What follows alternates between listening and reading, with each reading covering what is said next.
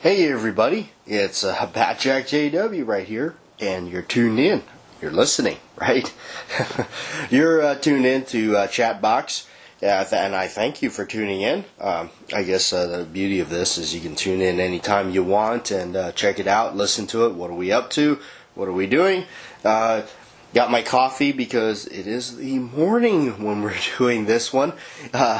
But it may be in the morning for you. It may be lunchtime or afternoon or good night. Maybe you're just tuning in for a nice nighttime listening, night gallery.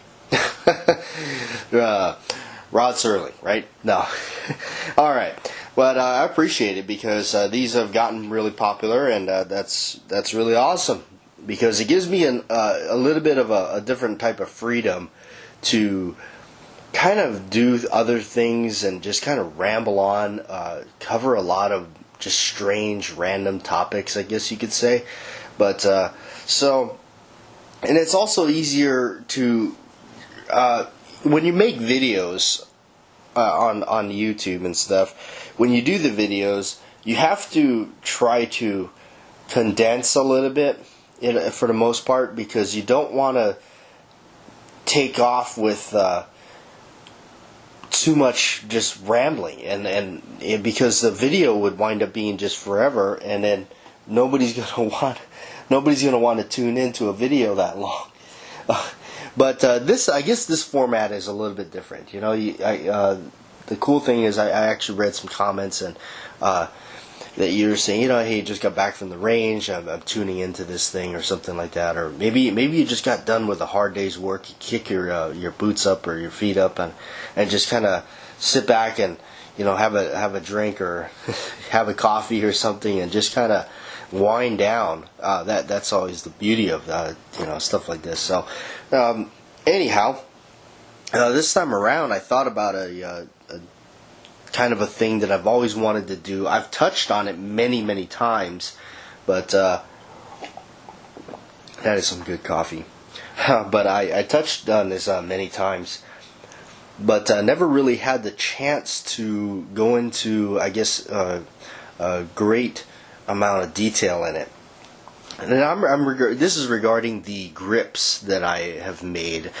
Some of you actually bought a pair, and that's really awesome because that is not only a sense of accomplishment, but the ability to share a crazy notion that I had, and how some people thought I was completely crazy for thinking that I was, that something like that could be done. I'm a person that is, I'm a thinker. I could say, without being like, I guess, self-aggrandizing, but I'm kind of like a person that is like, I'm always trying to think of something, always trying to think, well, like instead of going, well, where can I buy that? A lot of times I go, how can I make that? I guess I just like, I'm always been like that. Before getting into the guns and everything like that, I actually was a musician, and really enjoyed music. I still do. I was the drummer, and I just, would always try to come up with stuff, and it was just an ability, and that's the beauty of music, is the world of music. It's endless. It's like a bottomless pit. You just keep going. I mean, there's so much you can do, and so much you can apply and adapt and use. Even no matter what genre of music you want to play.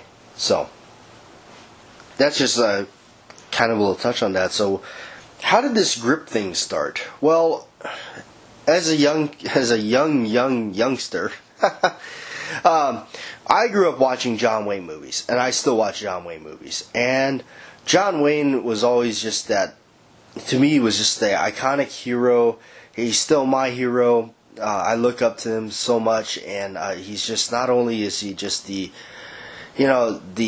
perfect and prime example, the epitome of an American. It really, that's what it is. And what he is on screen, he stood for. He believed in. He believed in every bit of those roles that he played. He wasn't just doing it because it was a good paycheck or his agent offered him a good role. Unfortunately, that's a lot of the cases with actors today. They don't really believe in what they're doing. They believe in their paycheck. But that's whatever their thing is. Then that's fine.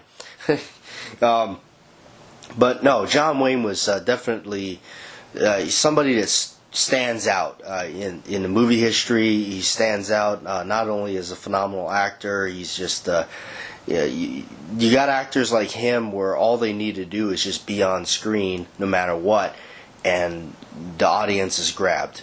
Humphrey Bogart, for instance, all he has to do is sit there and light up a cigarette, and I mean you're captivated. Stuff like that. So. Anyhow, if you recall, from my knowledge, The Sons of Katie Elder was the first time John Wayne showed up, at least from what I kind of gathered, and I could be wrong. I don't claim to be a aficionado or a virtuoso in all the knowledge on John Wayne, or by far. I'm just your average fan that just loves his movies. And so, anyhow, what I kind of noticed is in The Sons of Katie Elder was the first time he came out with these yellow, like ivory grips on his pistol, on his revolver, his 45 or 4440 or whatever it may be. But that was the first time I ever noticed them in his films. So after that point on, obviously when you watch like The War Wagon, El Dorado, Rio Lobo, Undefeated, there's so many that was his signature like pistol. Like that was how you knew that was John Wayne's gun. It had these yellow type ivory grips on it. True Grit, Rooster Cogburn. It just kept, that was his thing. So, especially if you watched the movie War Wagon, where he goes up to the guys that took his ranch and everything, and he says, "Man's wearing my gun." And he identifies it that's his gun with the aged yellow grips. So that I've always liked that, and from everything I've read, those grips were not actually ivory. I guess a lot of people, I've talked to a lot of people, even a lot of older people that, even a guy that is in the movie industry. All the research I did, and right down to going to a magazine by the American Rifleman, and it was they stated it was Catalan grips. I think that's the way you say it, Catalan. Catalan was a form of plastic, Bakelite like type plastic. Now that could be that. Now that is probably a big key, is the fact that it's an older type thing like that, or made of type of Bakelite thing. Now this is the part that I think is a little shaky. They claim that John Wayne himself took those home and tea stained them to yellow. Maybe, it could have been stained. That's questionable. Well, here's another. Actually, here's another. I guess way to cement it in the fact that it was actually a form of some sort of plastic grips, is because the NRA, the museum has one of his pistols. I think they have many of his pistols, a few of them, on display. And you can actually go look at their pictures of it and everything. And listen to senior curator Phil Schreier. He actually claims and says, here it is, they're plastic. They are plastic of some sort. Now, they're very old now, and they've probably darkened up quite a bit, and definitely don't look as lustrous as they probably did back then. But even owning the movies on Blu-ray, I'm a big fan of the high definition stuff, even though I'm not really a technology person. But for me, I grew up with a lot of this stuff on VHS. I was watching a lot of it on VHS, so for those, most of us that I think will listen to this remember VHS.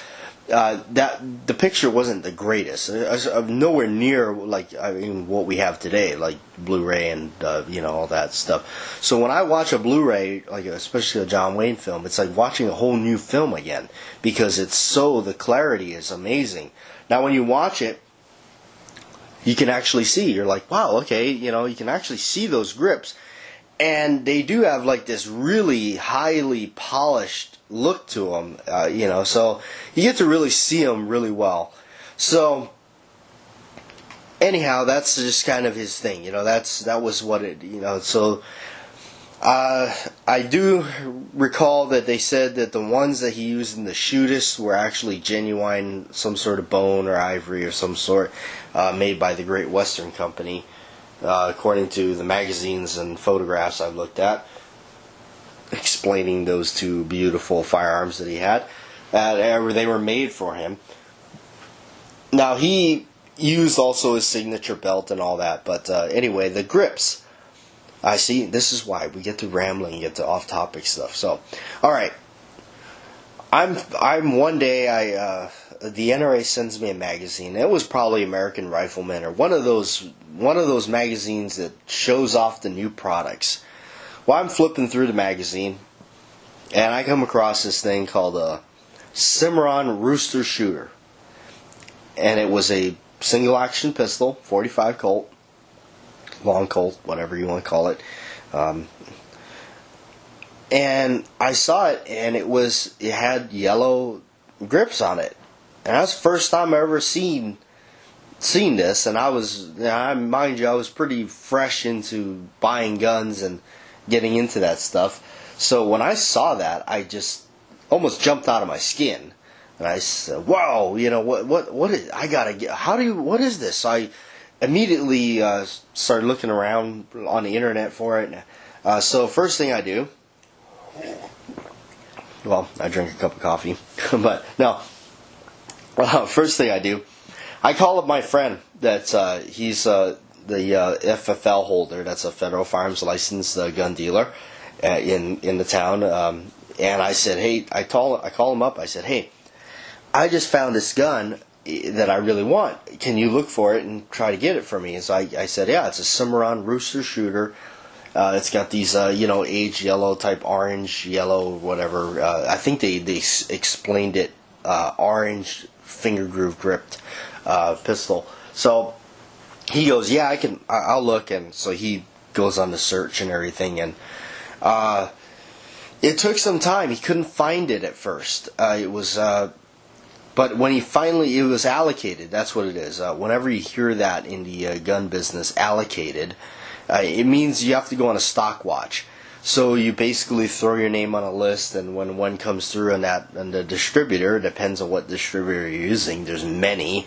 There's like Big Rock, Lipsy's, Davidson's, or otherwise known as Gallery of Guns, RSR, AccuSport. I mean, there's just a constant amount of them that the dealers, people with the FFL, Federal Firearms License, go to get their stuff.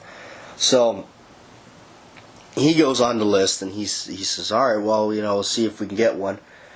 And I tell you that waiting for him to say he got one was absolutely, and I didn't know, and that's the problem with that list. When you go on something like that, you don't know if you're going to get the thing in a week or, a month, a year. Yeah, I've had guns that I've searched for and I've been on waiting lists for years and never got them, but wound up having to get them somewhere else. But anyway, he finally get the news back and he says, I got one. I'm like, all right. So he got it in, and there it was, the Rooster Shooter, acid washed finish. It was basically like a gunmetal gray. And so if I remember right, this thing is about 700 and some change. Okay, it's not cheap. I paid the premium for this thing. All right. Now in Hawaii, back where when I lived there and when I bought it, now what there is, it's basically in a nutshell, without going into all the details on it, it's a 2-week waiting period to get your pistol. So I went through that 2 weeks, and believe me, it was a hard 2 weeks. I just couldn't help myself but think about that gun every single second of every day that passed. So the day came when I finally got to take it home. I got it home, I fondled it and played with it and looked at it, and I even watched a John Wayne movie and held that gun in my hand while I was watching the movie.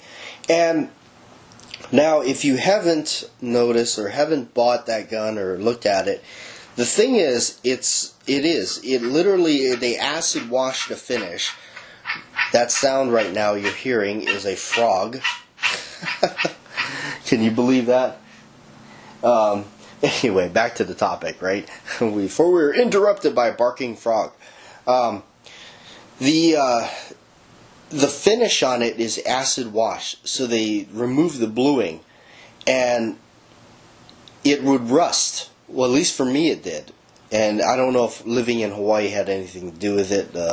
I've never had anything like, but it would rust. It would rust almost immediately. So I'm thinking, well, that I don't know. I was a toss-up. I thought at first, I said, well, should I cold blue this thing or what? So I really wasn't sure. I put some gun oil all over it. So I figured, well, maybe I can try to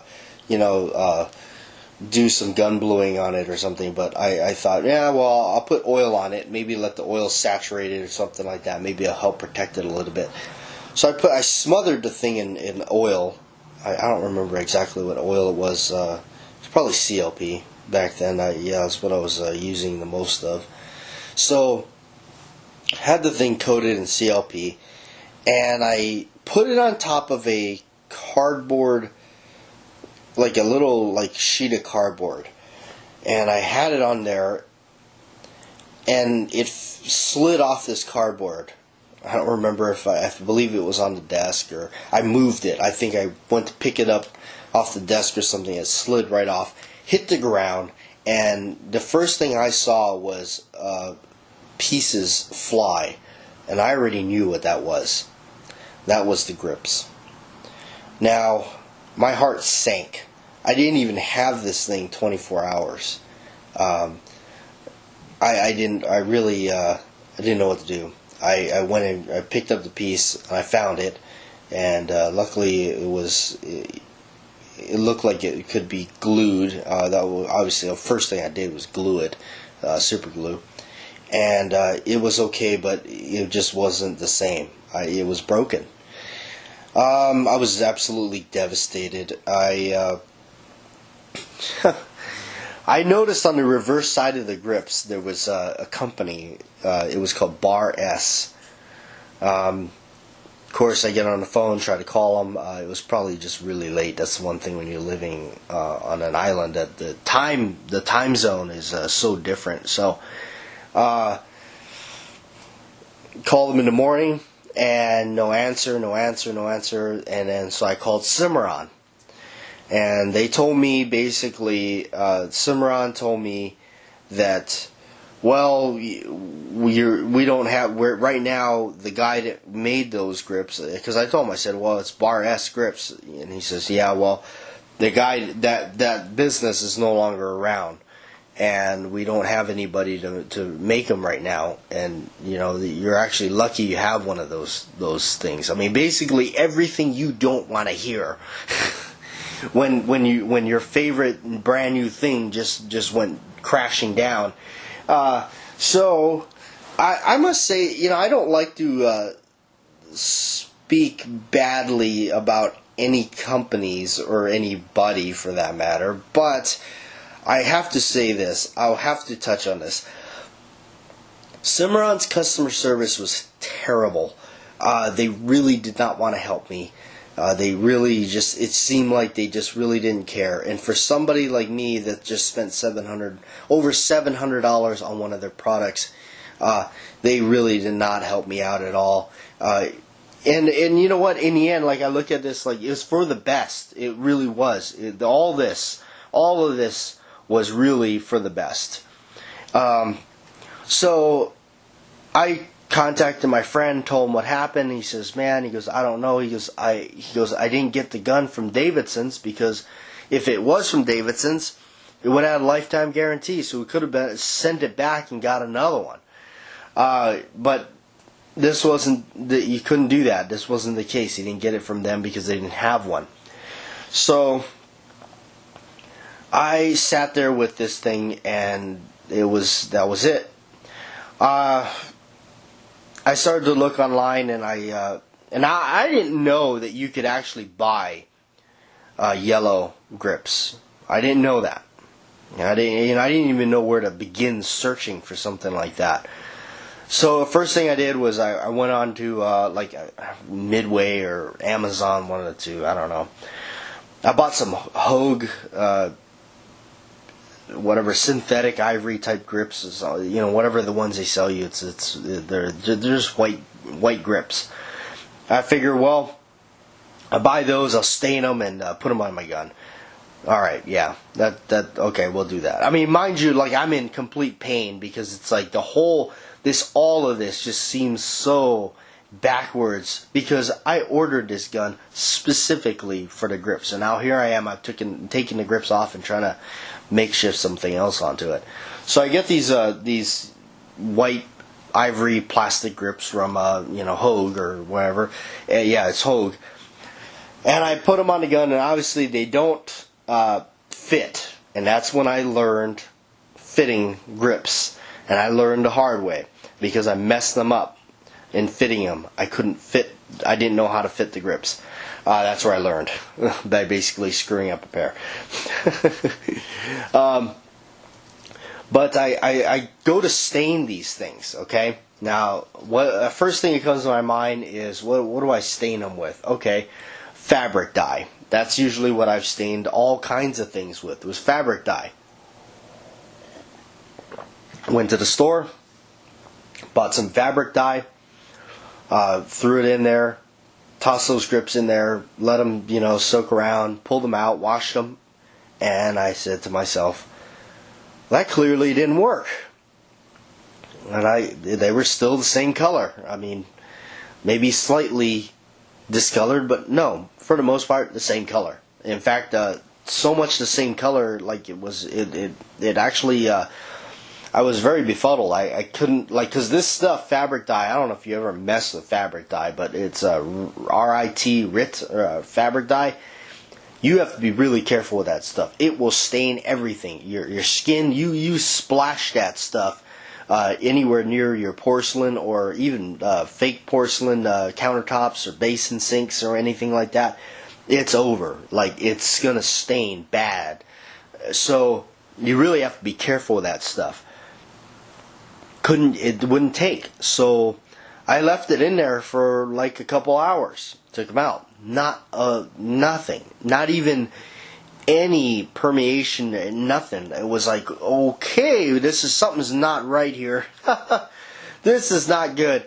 So I left them in overnight, and in the morning, jumped up out of bed in the morning and got them out of there. And I looked at it and went, okay, they don't look any different. By this time, I'm pretty much aware that, okay, this is, whatever this stuff is, it's not taken. And so I went in and I thought, well, I don't know why. Now I'm like in a desperate panic mode.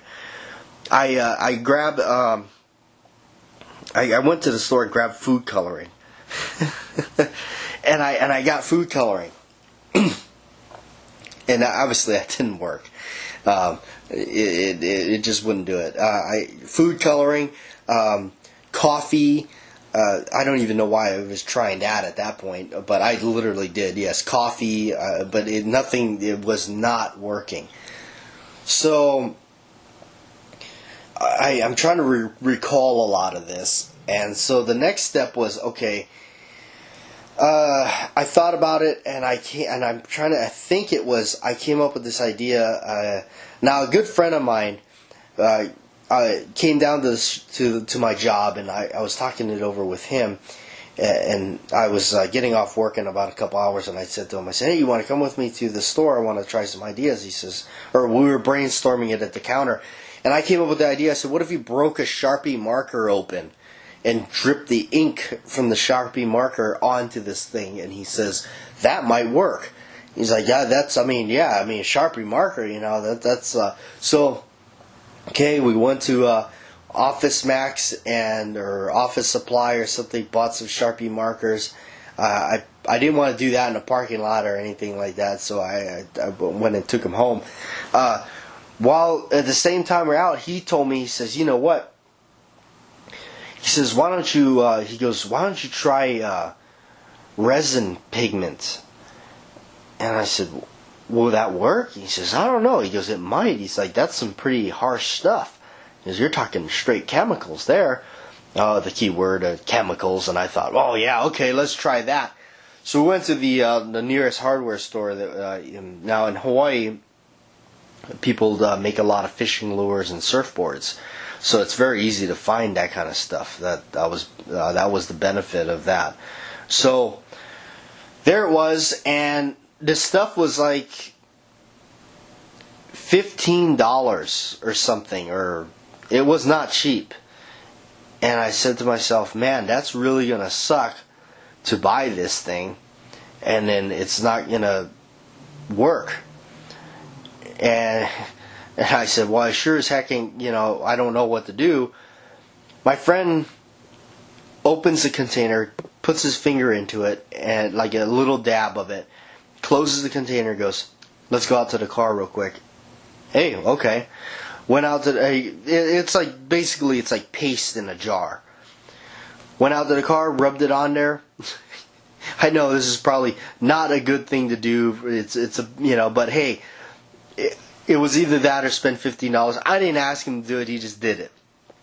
Went out there, rubbed the stuff on the grips, and rubbed it off, and nothing.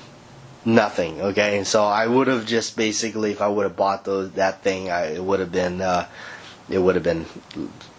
$15 or whatever thrown down the drain. Now we didn't steal it, it was just like we sampled a little bit of it. It did not work. Well, we called it a night. I went home and I broke open the Sharpie markers, and I got the ink, the cartridge out of them, and emptied it out and spilled it all over the grips, and it was a mess. It just was that stuff. Don't ever do that, folks. Don't ever do that. I texted him and I said, I did this Sharpie marker bit, I said, and it didn't work out exactly very well. And his text message back, and this still cracks me up to this day, still makes me laugh, was, I hope to hell you've learned your lesson. And that was it. It was just if you think about that, somebody going home and cracking open a Sharpie marker and spilling out some ink. So that was that. So from that point, it was just at this point I was exhausted. Now I made this is the story so far as I recall it, as I can think about it and recall it. It may have been slightly different from some of the previous videos I mentioned, because maybe I was just trying to condense things or really didn't quite remember it. But as I'm now, before doing this, I'm trying to think and recall exactly what happened. Shortly after that, now mind you, I did a really terrible job at trying to fit these things, so they weren't exactly the best looking grips anymore. So I started to go back online, and I noticed that Brownells had a different set of grips. And these were, I believe, by NC Ordnance, if I recall right. And they were cheaper. They were even cheaper than the Hogue grips. But I knew for sure I was not going to buy the Hogue grips again, because you couldn't they wouldn't take the staining.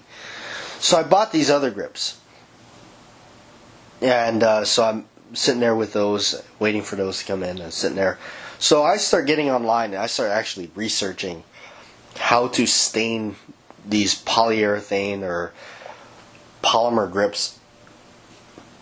Came across a forum, and somebody had wrote on the forum that they used leather dye to stain their grips. So I thought, hey, that's something I didn't try. I didn't even know what leather dye or anything about that. So I went on Amazon and found leather dye. And so I ordered a bottle or so. I think I ordered, what did I order? I wound up getting, in the end, I wound up with brown, orange, and yellow. So I got that in the mail, got the grips, and now these are completely different grips from a different company. I wiped some of this leather dye on it, and it stained it. And boy, there was such a relief when I saw that it stained it. So I was so happy and everything, and I figured, well, I better share this with somebody because somebody else has got to be trying to do the same thing. So I made a video, and as you folks probably have seen it, I don't know, it's on the main channel. There's a video of me staining those grips. So there it is. It worked. And over time, I grew to just say, well, it's kind of neat, but it was still something missing from it. It just didn't have the feeling that I wanted, or I don't know. So I started looking around, and I came across completely on accident a set of grips made they actually called them John Wayne Old Ivory grips, and they were by a company called Buffalo Brothers. Great company. I have nothing negative to say about them. Great people. I actually talked to the guy on the phone, the guy that makes them, and he actually at one time was going to be the guy to make them for Cimarron, but that didn't work out. So I ordered a pair from him, and the cool thing was they put the finger grooves on the right side of the panel because I'm left-handed. So I got these things in the mail, and they are just, and I'm not joking, they are amazing. They are the closest thing to the grips I had originally on this gun. And I was just blown away by it. Now they do cost money. At the time when I bought them, they were $75, and then shipping. So you're talking probably, I don't know, I can't remember. I think it was like $85 or $90 after it was all said and done. That's the truth. So they were not cheap, but they were pretty darn good. Over time, I just, I kept looking at. Something was edging me, and I came up with this idea, and I said, well, what would happen if you took a mold of the grips and casted them out of like polyurethane or resin or epoxy? And I mentioned that to a couple of friends of mine, and they said, "Oh, what? I don't know, that just doesn't sound right." Mentioned it to another friend of mine that I just met at the time, and he used to build surfboards or help build surfboards, and so wound up being a really good friend of mine, and he still is a really good close friend of mine, and he was the one that said, "Yeah, you could do that. That's definitely possible," because he said, I used to make surfboard fins that way. We'd cast and make a mold of the surfboard fins, pour the resin, and there it is. So I was like, oh, okay, all right. That's all right. Now I'm getting some positive, feedback. So I went on this adventure and started looking at the resin and stuff, and this is I can't even calculate all the money and time I've already spent into this grip project. So I went down to the what they call it's called the Big Island Marina. It's in Hawaii, and I went there to those guys. Very helpful people, because I knew nothing about resin, and I was not using resin for making surfboards, that was for sure. But they really went out of their way to help me out and explain to me how this stuff works. Now, I'm trying to think early on. Yes, okay. My molds early on were made of clay. I made them out of clay. And I went home and I made this mold and mixed up the resin. Knew nothing really about mixing it or the pigments and how to use it and how to mix it or nothing. Made up the batch, poured it, and it was a disaster. The stuff did not turn over, it did not harden, it was resin, it was everywhere, it stunk. I used way too much pigment. The color was, I mean, you might as well have taken mustard and tried to freeze it in a freezer and try to carve it. It was wretched. It was horrible. From that point on, I did not give up. I just kept doing it and doing it and doing it and just coming up with fail after fail after fail. Nothing seemed to work. The stuff would not kick over and actually harden. You really are playing with a major factor of, like, I mean, you have to be a mad scientist to get this stuff down to a T to do it correctly, which I was not doing. So I don't even remember or recall how many bottles of resin I went through before I even got something remotely close. And finally, when I actually did get something decent, the grips just don't fit right. There's a lot of process involved. There's just so much you have to do to even things out. When you're trying to make stuff out of haggard molds and just paste this stuff together, it doesn't work out good. and you wind up wasting a lot of money and a lot of frustration. It's no joke. In a nutshell, it took me over 3 years to get where I was when you saw the finished product. When those of you that actually bought grips from me, what you have in there in your hands took me over 3 years to figure out, of messing with this stuff. I mean, it was a constant battle. Long before YouTube, I even did YouTube, I was messing with this stuff. It was the very early grips I made were darn near almost embarrassing as far as fitting what it looked like fitted. But that was the process. That was the journey. In the end, I wound up figuring out how to make a really good pair, a set, and wound up knowing how to fit them and learning a lot of stuff. And you know, when you pour it and cast it, there's no guarantee it's going to be nice.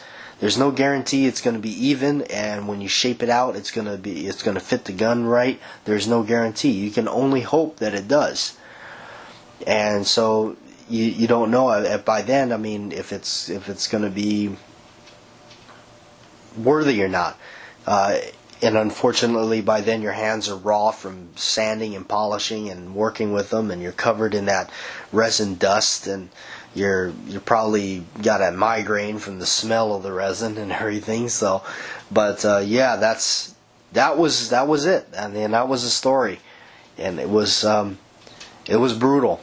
Now, along the way, I picked up and developed my own techniques and tricks and little things to make them look even more amazing. I did develop that on my own, and just started to really just go and take it step further and step further and step further, and keep trying and do more with it. And so all I can say is, after all that